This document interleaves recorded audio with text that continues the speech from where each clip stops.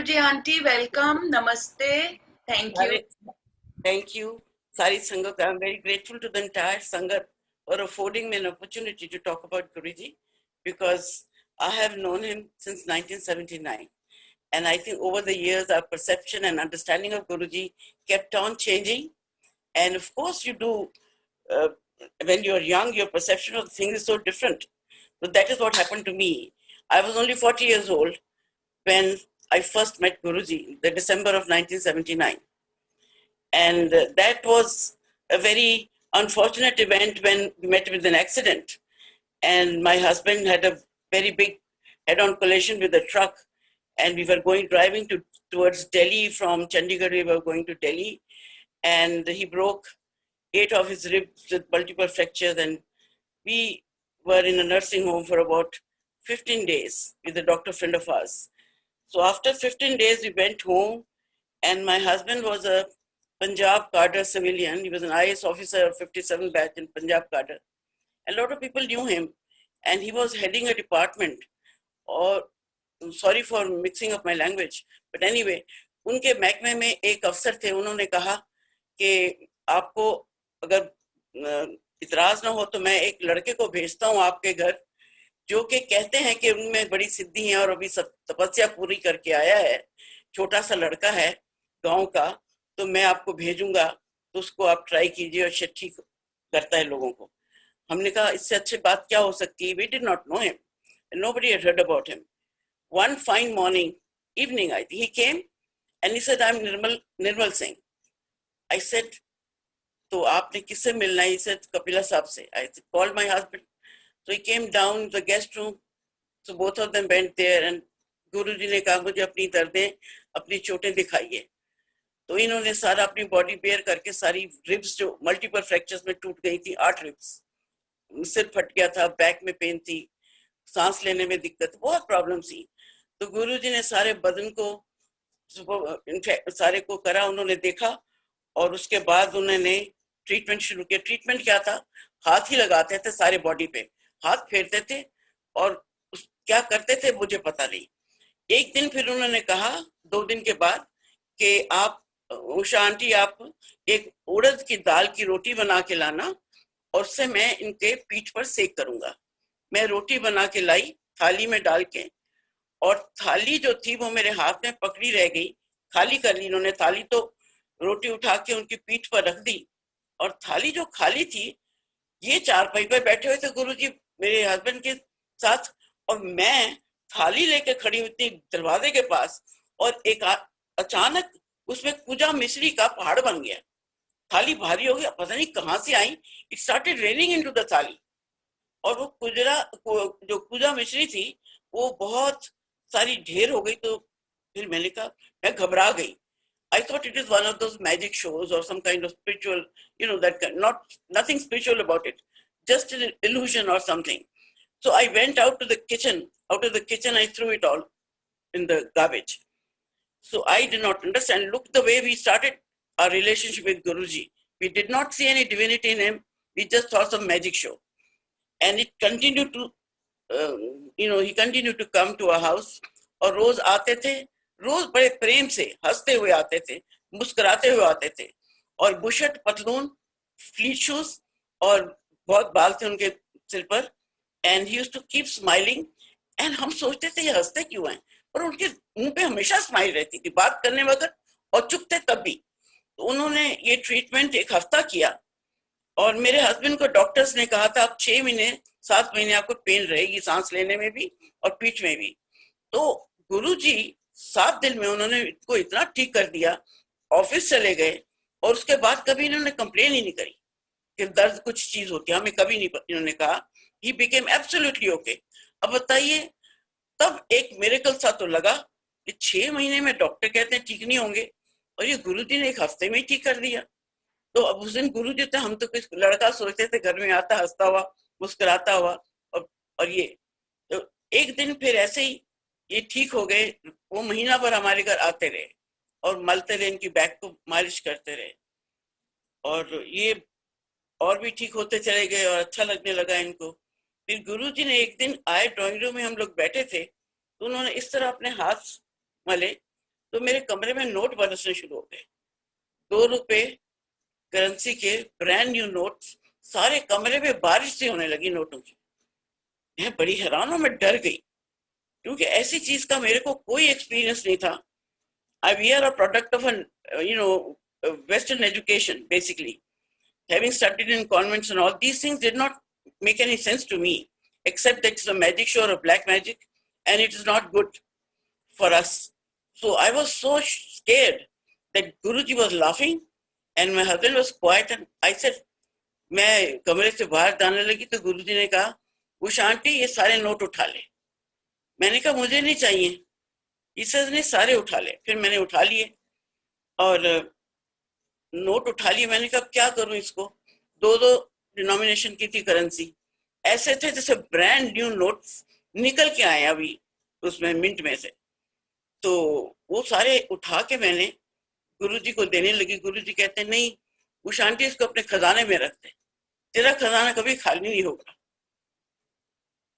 तो अब इतने सालों के बाद गुरुजी को, उस वक्त मैं 40 साल की उम्र थी, आज मैं 80 साल की उम्र, तो मैं अब महसूस करती हूँ कि it was a very big privilege.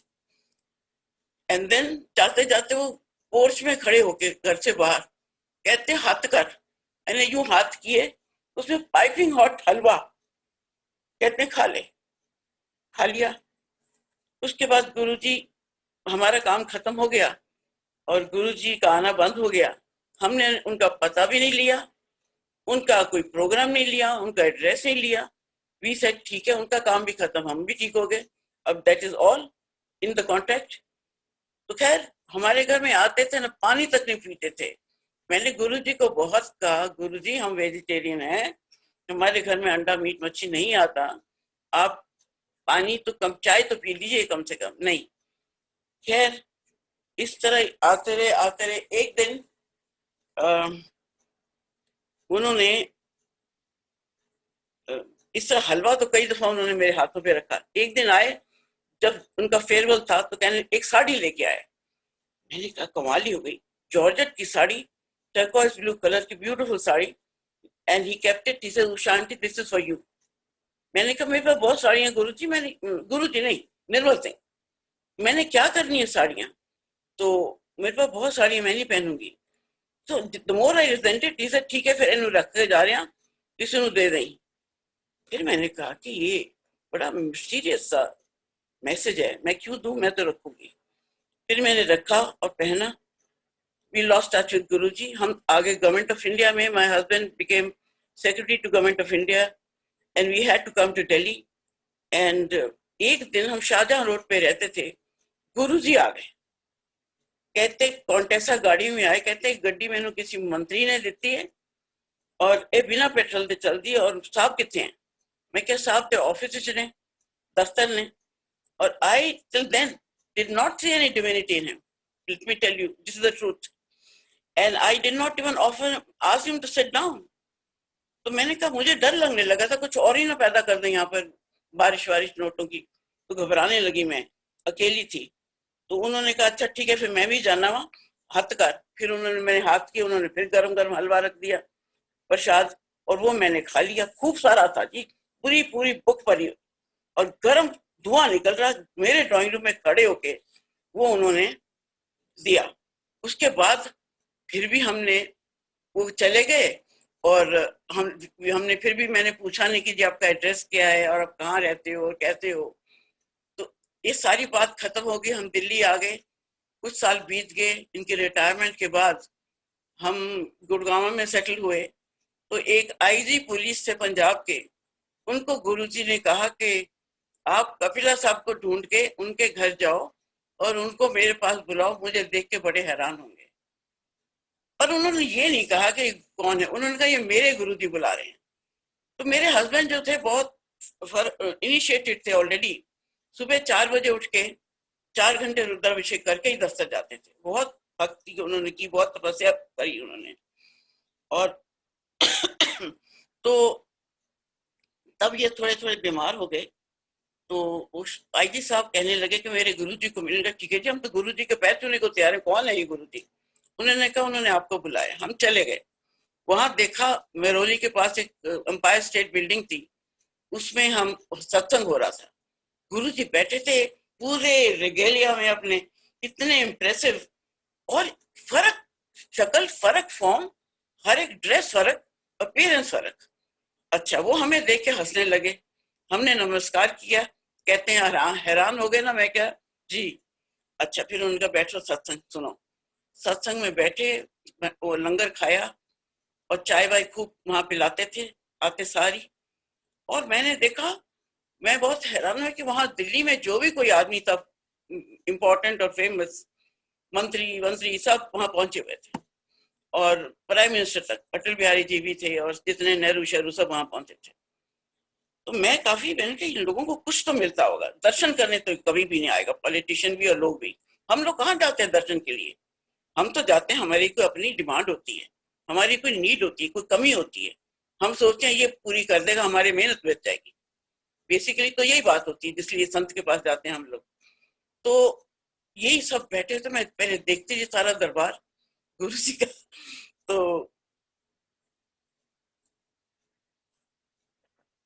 तो उसके बाद गुरु जी ने हम एक एक दो दो बज जाते थे रात के।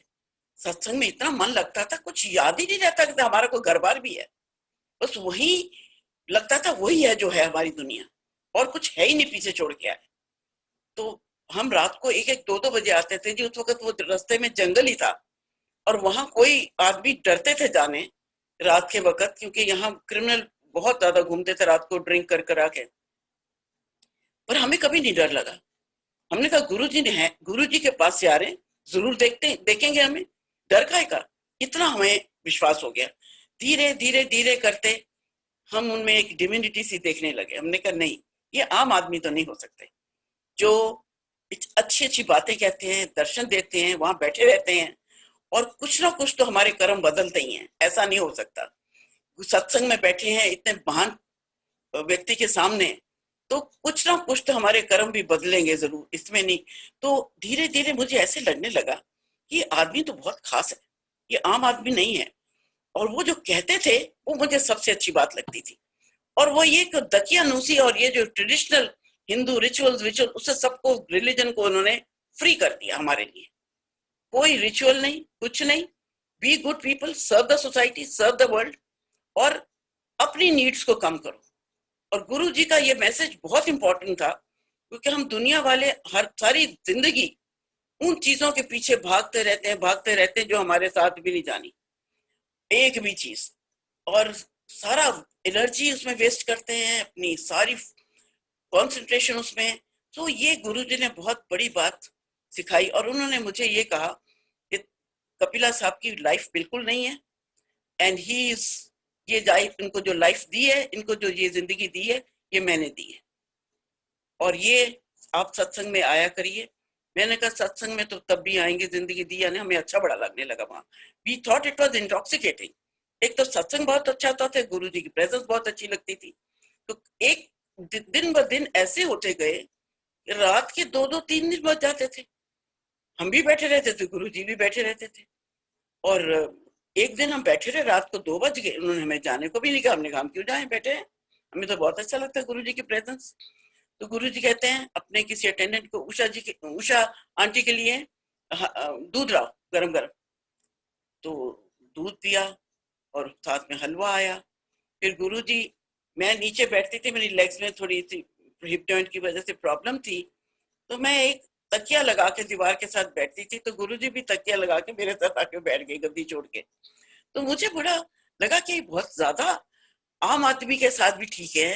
ही इज नॉट आम आदमी, he is a very special person, he is a divine soul, and he behaves as if he is not. तो मुझे लगा कि ये हम लोगों को कितना कम। मेरे साथ आके बैठ गए, हलवा आया, अपनी कटोरी में से हलवा उन्होंने मेरी कटोरी में चम्मच से डालते गए, मैं खाती गई। और मुझे ये तब से आई फेल्ट कि नहीं, ये I am very privilege, and I am, मेरे कर्म कई जन्म के होंगे, अच्छे जरूर किए होंगे, जो इस तरह का इंसान, मेरे को इतना प्यार। लोग पाँव को हाथ लगाते थे, मेरे हैंडशेक करते थे हाथ पकड़ के। और मैं यही सोचती थी कि नहीं, ये एक जन्म की कमाई तो हो ही नहीं सकती। ये कई जन्म की कमाई है और ये आदमी आम आदमी हो भी नहीं सकता। ये खास आदमी है, ये डिवाइन है, डिवाइन सोल है और ये परमात्मा का एक अवतार है धरती पर, लोगों को रास्ता दिखाने के लिए, पाप से बचाने के लिए। क्योंकि आदमी पाप में तो गिरता ही है, जब एम्बिशन होती है उसको चेस करता है तो कुछ ना कुछ तो गड़बड़ होती है। सत्संग का मैं इसलिए आपके साथ इसलिए करना चाहती हूँ कि कुछ चीजें ऐसे जरूर करिए जो गुरुजी चाहते थे और जो गुरुजी समझाते थे हमें, और उनके बताए हुए रास्ते पे चलने से ही इस सत्संग का कोई फायदा है, नहीं तो it's a waste of time. और जो संत के पास बैठ के दिमाग बदल जाता है, ख्याल बदल जाता है, दिल बदल जाता है, आदमी वो आदमी ही नहीं रहता। और गुरु जी की सबसे बड़ी कंट्रीब्यूशन संगत को ये थी, उन्होंने सबको बदला, सबकी लाइफ बदली और अच्छे मार्ग पे लगाया। और मैं ये सोचती हूँ हम बड़े भाग्यशाली थे सारा परिवार। और एक दिन मेरी बेटी अमेरिका में, उसने पीएचडी करी थी कॉर्नेल से, छुट्टी पर घर आई थी after she finished her PhD. तो घर पर आई, तो हर साल आती थी वैसे, तो घर पर आई तो गुरुजी कहते हैं चल कल मैं जा रहा चंडीगढ़, मेरे नाल चल, मेरी गड्डी चलांगे। तो मैं बड़ी हैरान, वो मेरी तरफ देखने लगी तो कहते है ना कमली, तेनू पता नहीं मैं कपिला नू कितना प्यार करता, चल मेरे नाल कल चली सत्संग, उत्थे ब्याह, तेनू ब्याह दिखावांगा चंडीगढ़। बताइए अब क्या करें हम। तो मेरा बेटा भी था, दोनों को कहने लगे अच्छा कल सुबह चलना और वहां चंडीगढ़ ले जाएंगे, एक मैरिज है। और साथ ही बैठ के इनको अटेंड किया, इनको बच्चों को साथ रखा दोनों को, और वापस उसी दिन रात को आ गए। रास्ते में जीरकपुर में खाना वाना खाया, ढाबों में भी बैठ जाते थे पगड़ी बांध के। बहुत मतलब उनके कई चीजें थी, क्या बताएं आपको। तो बहुत प्यार दिया उन्होंने और प्यार सबको देते थे, उनकी नजरों में सब बराबर थे, कोई बड़ा कोई छोटा नहीं था, किसी का स्टेटस बड़ा। मैंने बड़े बड़े लोगों को देखा है वहां, जो कि गवर्नमेंट ऑफ इंडिया में बड़े पावरफुल आदमी थे और पॉलिटिशियंस थे, and they were still in doing the job, and Guruji did not pay them more attention that he paid to me. तो उनकी नजरों में एक तो सब बराबर थे, कोई बड़ा छोटा नहीं था।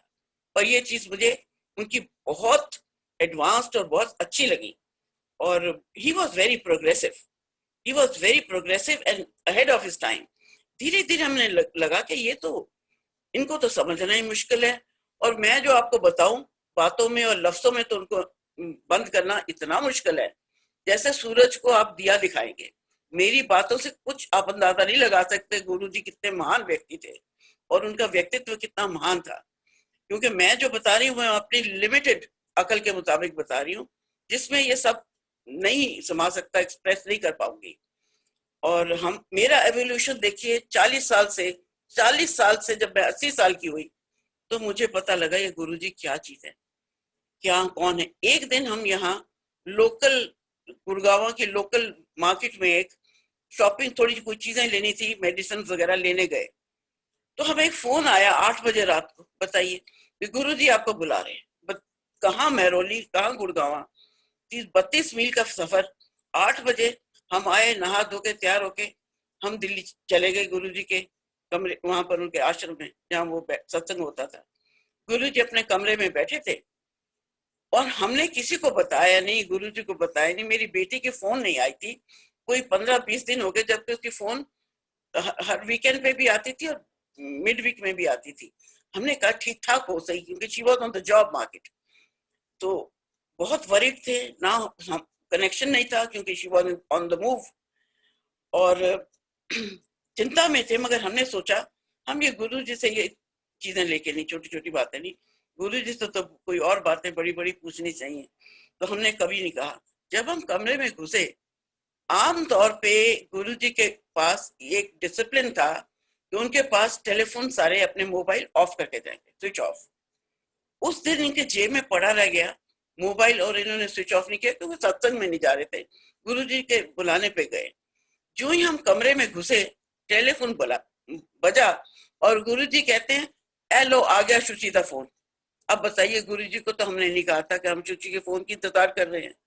तो इन छोटी छोटी घटनाएं ऐसी हुई जिससे पता लगता है वो जानी जान थे। वो बहुत डिवाइन थे और हम बड़े भाग्यशाली। मैं तो इस नटशेल में यही कह सकूंगी, उनको समझना मुमकिन नहीं है और समझने की कोशिश भी ना करें। उनको जो कहते हैं उसको फॉलो करें और उनके बताए हुए रास्ते पे चलें और जब करें जो जब बताते हैं, तो कल्याण तो होगा ही होगा। पर यह है कि ये कहूं कि मैं गुरुजी को आप लोगों से ज्यादा जानती हूँ, नहीं, कोई नहीं सकता। गुरुजी को मैं ये कह सकती हूँ कॉन्फिडेंस से कि कोई भी नहीं जानता। और हम इमेजिन करते हैं कि वो बड़े बहुत दयालु थे और बहुत ही और समझते थे लोगों को। उनको कहने की जरूरत नहीं होती थी फलाना कहता है फलाना कहता है। एक बारी हम सत्संग में बैठे थे तो दो लेडीज आई इनके पास आके, अंकल अंकल गुरुजी कह रहे थे जिंदगी जीनी सीखनी है तो इस आदमी से, वो उस आदमी को मिलो, वो सामने बैठा है जो, उससे देखो जिंदगी सीखो, जिंदगी कैसे जीते हैं। बड़ा honest, straight forward, strong, fearless आदमी है। ना तो किसी मंत्री से डरता है ना गलत काम करता है और बहुत ऑनेस्ट है। और पहला एक IAS अफसर है जो कि तनख्वाह में घर चलाते हैं। तो बस हमें पूरी डिग्री मिल गई, हम बड़े खुश। और जानते तो हम थे ही, पर किसी के कहने का गुरु जी को इतना पता था, हमने कभी नहीं कहा उनसे कुछ, मगर ऐसी बातें वो करते थे कि हमें हैरान कर देते थे। और प्यार इतना ज्यादा कि जिसका अंत नहीं। एक दिन सत्संग के बाद रात को कहते हैं 12 बजे, चलो कपिला साहब मेरी गाड़ी में बैठो, मैं आपको छतरपुर ले जाता हूँ, मेरा वहां मंदिर देखो। 12 बजे रात का मंदिर। 4-5 भक्त रह गए थे और हमें वो ले गए अपनी गाड़ी में, हमारी गाड़ी थी, उन्होंने कहा जी मेरी गाड़ी में बैठा। हमने कहा ठीक है, तो और भी अच्छा है। और कहने लगे कपिला साहब तुसी अगे बैठो, आंटी उषा आंटी मेरे को बैठेंगी पीछे। तो हम चले गए छतरपुर, वहां चांदनी रात थी, एक खाट आई, खाट पर वो बैठ गए, हम नीचे बैठे सारे बाग में। और वो भी बैठे चुप थे, ना वो कुछ बोले ना हम कुछ बोले। घंटा हुआ, 1.5 घंटा हुआ और उसके बाद उन्होंने कहा चाय मंगवाओ। आधी रात हम चाय पीने लगे और हम सोच रहे थे कि कुछ भी बोल नहीं रहे, कुछ तो हमारे कर्म बुरे काटे ही होंगे, जो सफरिंग हमारी कम करी होगी किसी चीज। हम क्या कह सकते हैं पिछले जन्म में क्या कर रहे हैं, मगर ये जरूर है कि ये इस जन्म में बहुत भारी तोहफा है हमारे लिए, ऐसे शख्सियत के साथ बैठना और अपॉर्चुनिटी मिले इनके चरणों में बैठ के। हमने कुछ समय मिला हमें उनको, उनके पास बैठने का और उनके सत्संग में बैठने का। जय गुरु जी।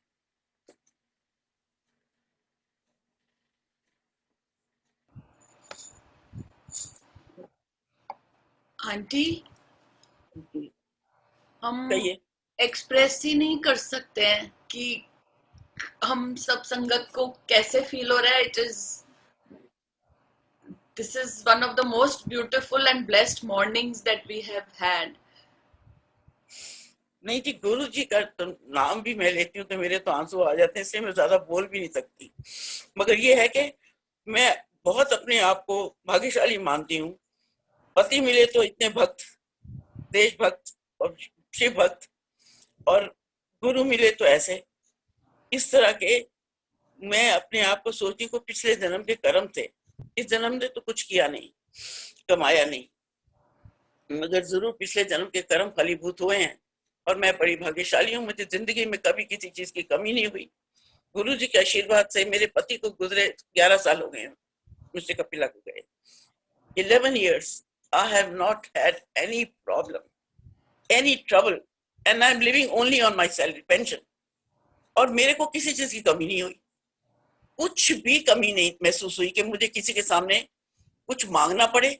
मैं जितना खर्चा करती हूँ ये कमाने वाले नहीं कर सकते, और जो मुझे चाहिए होता है मेरी हर एक डिमांड पूरी हो जाती है। कभी मेरे को ऐसा नहीं लगा कि गुरु जी की बहुत कृपा है जी, बड़ी मेहर है, बहुत मेहर है मेरे, शिव जी की, गुरु जी की। और मैं अपने आप को बहुत धन्य मानती हूँ। एक जन्म के लिए मेरे लिए बहुत है। एक तो बहुत संतोष है, कभी किसी चीज की लालच या किसी चीज का और आ जाए ना, झूठ बोलना, पाप करना, इससे हम बहुत बचे हुए हैं। शायद गुरु जी ये सब चीज समझते थे कि हम बहुत स्ट्रेट फॉरवर्ड लोग हैं और हमने इस दुनिया में आकर लालच में आके या किसी जरूरत में आके लोग कई दफा गलतियां कर लेते हैं। हमें भगवान ने बचाया और हम गुरु जी के चरणों में रहे और हमें ये मौका मिला। कम से कम 1 साल तो हम रोज आते थे और 3-3 बजे रात को आते थे, 2-2 बजे आते थे और हमें इतना अच्छा लगता, भूल जाते थे कि हमें घर भी जाना है। इतना उनका मैजिक था, spell bounded, we used to sit there. और ये भी नहीं याद रहता था कि नहीं हमें घर जाना चाहिए। जब तक गुरु जी बैठे रहते थे हम बैठे रहे, हमने कहा कहेंगे जाने को तभी जाएंगे, हमें क्या जरूरत है जाने की। ठीक है जी, बहुत बहुत धन्यवाद आपका इस अपॉर्चुनिटी मुझे दी जो आपने बोलने के लिए, गुरु जी का सत्संग करने के लिए बहुत बहुत धन्यवाद। बहुत शुक्राना आंटी, बहुत बहुत शुक्राना। इतने ब्यूटीफुल एक्सपीरियंसेस आई थिंक हम में से मेजोरिटी में लोग संगत ने सुने ही नहीं होंगे। और नहीं, हम तो सुन सुन के ही धन्य फील कर रहे हैं। इतना तो कांट इवन इमेजिन आपकी कैसे आपको फीलिंग होगी। और हम सब बहुत ब्लेस्ड है आंटी, बहुत बहुत थैंक यू। शुक्रगुजार हूँ गुरुजी की, जिस दिन आपको दिखाया वीडियो पे उन्होंने और कैसे आप तक पहुंचाया गुरुजी ने। Just amazing. Thank you so much aunty, thank you aunty. Ashutosh धन्यवाद। कुछ कहना चाहेंगे आंटी 2 मिनट के लिए प्लीज? अंकल हाँ थोड़ा जी, कुछ आप भी शेयर कर दीजिए, तो हम तो बहुत ग्रीडी हो रहे हैं ब्लेसिंग्स के लिए। हाँ जी, वो एक्चुअली बहुत सारी मैनिफेस्टेशंस हुई हैं उनके मिरेकल्स की, तो there is a whole, I suppose a whole book can be written about the miracles that he showed people, but the point I would want to make is that he was beyond miracles. Very often we mistake, हम गलती कर बैठते हैं कि जी ये miracle दिखा दिया तो मतलब ग्रेट है, मिरेकल नहीं दिखाया तो we'll keep questioning and searching for signs which are understandable by our senses. But Guruji was clearly beyond the world of senses. सिर्फ उनके संगत में बैठना, उनके चरणों में बैठना was itself a life changing event. जो कार्मिक लोड है वो काफी कम हो जाता है. The only thing that can change the trajectory and the consequence of your karmic load is a genuine saint की कृपा, संत कृपा. ये शास्त्रों में लिखा है, not my view.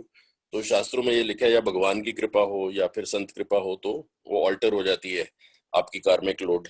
And that we have experienced in Guruji Sangat. तो बहुत सारी ऐसी इंस्टेंसेस हैं. एक बारी हम उनके साथ उनकी गाड़ी में गए तो वो पेट्रोल इंक्रीज होता गया डिक्रीज की जगह. It was like crazy mind warping kind of experience. Yeah, he used to sort of produce things in the air and all, but like I said, those were just, those were not the complete, that was just a sign for us to understand that he has the power, right? He has the power to alter not just material things but also your destiny. Something that was mentioned by my mother, it was very early known that my father, Puranayu, unki jo terminal age hai, that is 72. And somewhere in 1974, I think Bhrigu ke usme nikla tha कि हाँ 72 की है जी उम्र. So that is when, and he lived till 75. Those 3 years additional is only भगवान शिव दे सकता है, ये भी शास्त्रों में ही लिखा है. तो वो हम डेफिनेटली, जब उन्होंने कहा कि कपिला साहब की उम्र खत्म है जी, मैं ही देती है, okay, so you just treat this as a bonus. We understood then, it's just one of those messages which comes कि हाँ we are in the presence of Shiv ji. तो